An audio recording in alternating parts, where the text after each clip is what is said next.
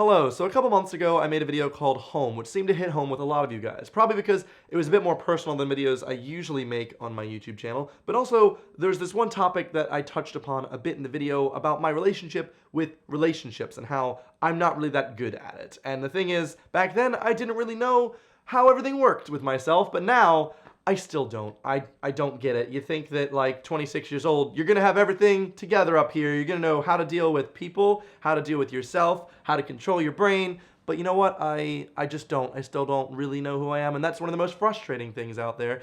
I always considered myself an optimist. Like, in my brain, everything is going to go fine. Even if stuff is crashing and burning around me, I try and be as optimistic as possible in the worst situations.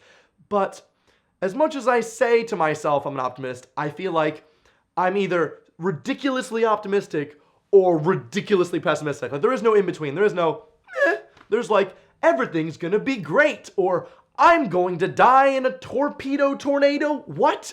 I don't know. That would happen though, because that's how pessimistic I am. You know, this morning, I was getting on the train to go to London, and I was stuck in Paris because I didn't have my visa.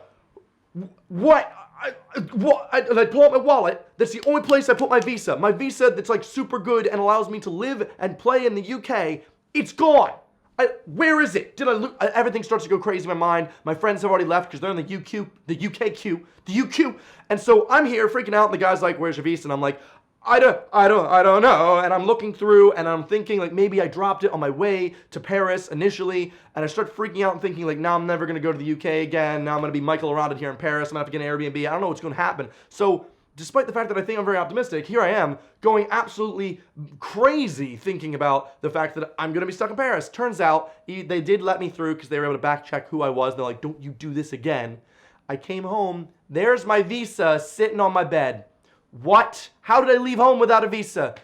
Only me. Because the thing is, I am very forgetful. It's really upsetting how many mistakes and how many times I break things. I very much feel like I'm Eugene from Hey Arnold. I'm always clumsy and breaking things. I'm okay, except I'm never okay. I always make mistakes like that. But that's just the physical side and the mental side with myself. When it comes to other people, when it comes to relationships, I feel like I'm just as bad. I'm not good necessarily at taking signals, and I feel like, and this is a word that I've just learned recently to describe myself, because one person has used it to describe me, and I originally went, "No, what are you talking about? That's not me at all. Crazy." And then another person used it, and I went, "Oh yeah, someone else told me I'm probably like that, but I'm not. I know me." After the third person, I began to realize there's a pattern here. Am I self-defeatist? Am I self-destructive? Is that the type of personality I have? I feel like I am. At one point during this visa fiasco, Connie had said to me that it's almost like I will bad things to happen. When something small, this little molehill, comes along, I go, "It's a mountain! I'm gonna die!" And it's almost like I want the bad things to happen. I don't know why these things happen to me, but maybe that's because inertly, I just think I deserve bad things to happen to me. That makes me sad. I don't think that's true. But the same thing goes for me in relationships, and that's kind of, the title of the video, why I'm single. I feel like when I find someone, when I'm skirting, when I'm flirting, when I'm doing the business, when I'm, talking to ladies, it turns out every single thing will get in the way. Everything that could be a great thing turns out to be a brick wall to me. I put up red flags out of anywhere, and that's because if you've seen like my sexuality video, you know how I am. And I'm not interested in really dating anyone for the short term. You could say, "Evan, why don't you live a little? Evan, why don't you have fun?" But for me, if I don't see it lasting, what's the point? What's the point of me getting involved with someone if there's going to be heartbreak or sadness? It sounds deep AF. I'm not trying to be deep. That's just sadly how my brain works. And so as soon as I go on a date with a girl who's lovely and enchanting, if there's like too many like red flags that probably are no flags to you guys, right? But for some reason in my head I'm like, "Oh, that's gonna come up in 3 years time. Oh yeah, because we're gonna get married, we're gonna have kids, that's what I'm doing." And it's almost as if I'm also self-defeatist in, not that I have a fear of commitment, but once I start dating someone, it's almost like every single girl that I've ever slightly fancied pops into my head like, "Well, we could have been really compatible, but you had to go." I just think it's maybe I just haven't found the one. Maybe in 8 years, I haven't found the one. That's fine. I feel like I'm happy with who I am myself, or at least I'm trying to be, and I just still haven't found the right person. And when you find the right person, you'll know, is what they say. I don't need the right person.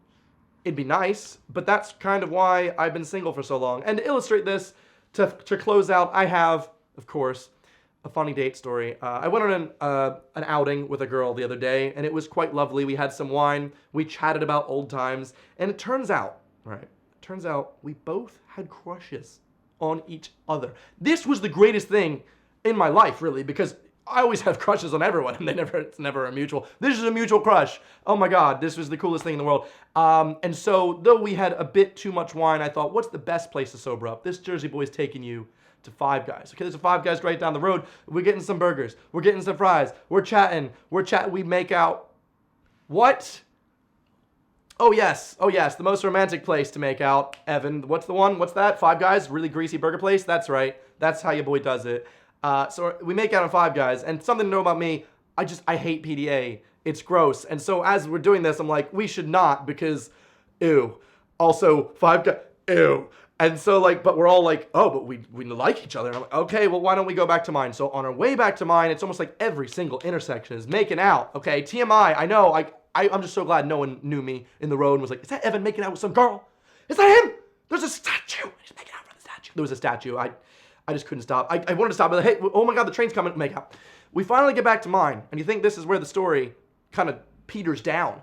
But no, because I had been talking up my bed for the last 3 hours about how soft those sheets were, and just coincidentally, today was the day I decided to clean my sheets, and so my sheets were freshly dried, and so we get to my bedroom, we're ready to just start making out, and I'm like, wait a minute, we can't just do that. I gotta put my sheets on. So we just take a break, and we just put my sheet on the bed, and then we have to roll up the duvet. And if you've ever tried stuffing a duvet in a duvet cover, how much effort that takes to get it right. And at this point, we're still sobering up, going, oh no, and then doing the little buttons, and doing the pillows, and then finally everything looks good. I'm like, see, it was great.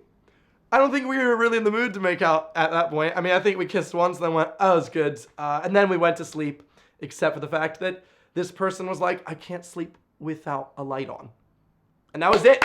That was it. Red flag. How am I supposed to sleep with someone forever if they have to have a light on? Am I supposed to have eye plugs or eye patches? I can't do it. I sadly never saw that person again, despite the fact that they're very lovely and amazing. And that is just an example of how I believe I'm very stupid and self-defeatist and red flaggy. And I know it sounds funny, and I know it sounds like I'm making this up, but I'm not. And I wish I wasn't this way. And I'm going to, I think, try and work to be better. But I'm basically telling you these things because I want to know, please, if there's anyone out there that is like me at all, in that they're always putting up brick walls in front of them and relationships, and maybe it's me trying to protect myself because I had a bad breakup when I was a kid. I don't know.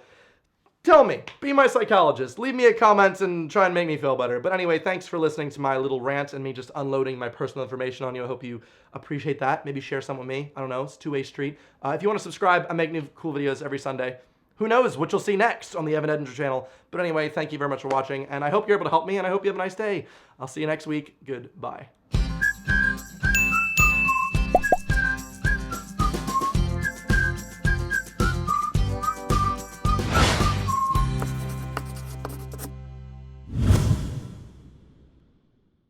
I feel like that's like a typical episode of Curb Your Enthusiasm. That's just me. Hold on, let's make this bed first.